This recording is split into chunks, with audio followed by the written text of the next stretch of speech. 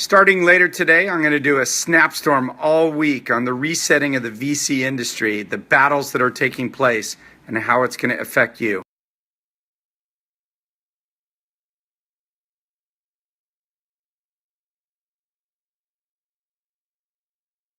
Hey Snapchat, there's a lot of really fundamental changes in the venture capital industry that aren't being talked about publicly. I'm going to share some insights with you today. Today I'm going to do a summary of what I call the resetting of the venture capital industry, and then each day this week I'm going to do a deep dive. As a starting point, you need to realize that between 2012 and 2015 you saw a massive increase in the valuation of tech startups.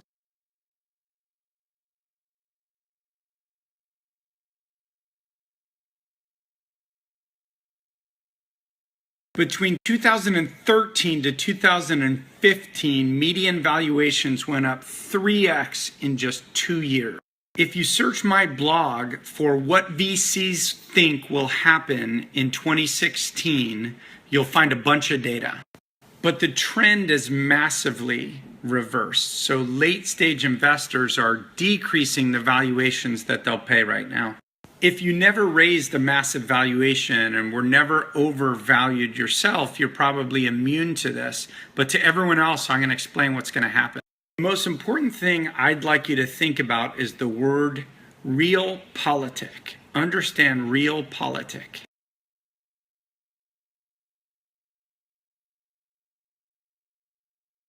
You'll read all sorts of stuff on Twitter or on blogs that late-stage investors are this, or angels are that, or VCs are this. Mostly it's noise. Seed investors behave how seed investors behave because of their money size and stage. The same is true for growth investors.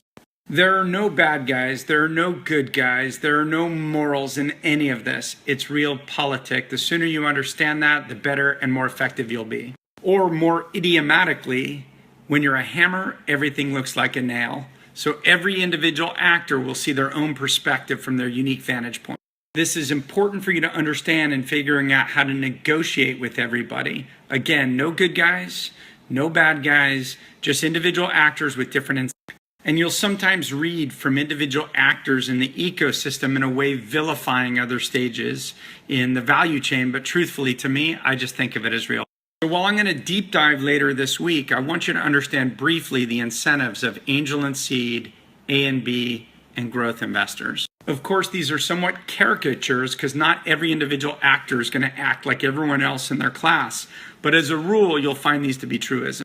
Seed investors have small funds. They commit to you early at low prices, and they like to see other money come in later. Seed investors tend mostly to invest in founders and big ideas. They're probably less focused on financial spreadsheets and more product and idea. Seed investors benefited greatly on a short-term basis from the boom in median valuations and availability of venture capital. The reason they benefited so much is so many of their companies got funded rather than going bankrupt or getting acqui-hired. And for every massive increase in valuation, they do something called mark to market. They marked up the value on their balance sheet for your asset. That meant they could go back to market and raise money saying they had a 3x, 4x, 7x fund on paper. So if someone paid 200 pre for one of their companies, and perhaps it was pre-revenue or minimal revenue, that felt really good to them.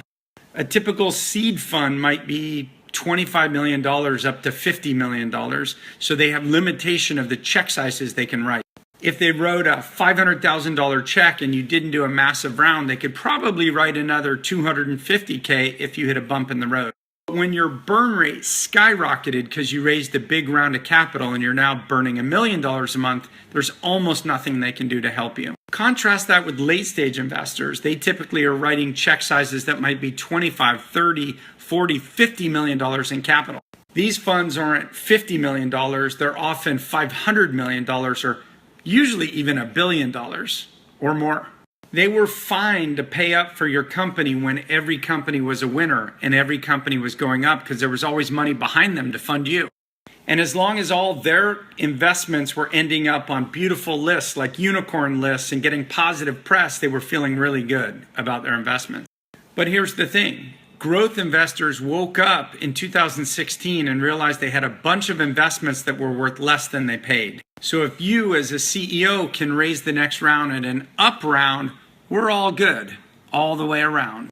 But if you run out of money and the outside market is not yet ready to fund you at that valuation, a day of reckoning is coming.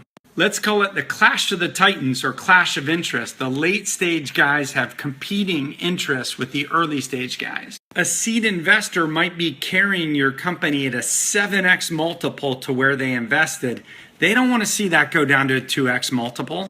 The late stage investor may have paid 200 pre for you, but if they're the only people who can bail you out, they're going to want to push price as low as they can. If you need $12 million and they're the only person around the table who can really write that check, they're going to price it really low to own more of your company and ratchet down their previous investment. And that conflict of interest, again, I'm not saying seed is bad or growth is bad or either party's good. They just have a different vantage point of your company. If you don't understand this, you're going to be caught in the middle. And you're probably used to a world of seed investors and A-round investors often casting the growth guys as bad guys. But ask yourself, if you wrote a $50 million check at a 200 pre into a company that's now worth $50 or $70 million pre, how would you act?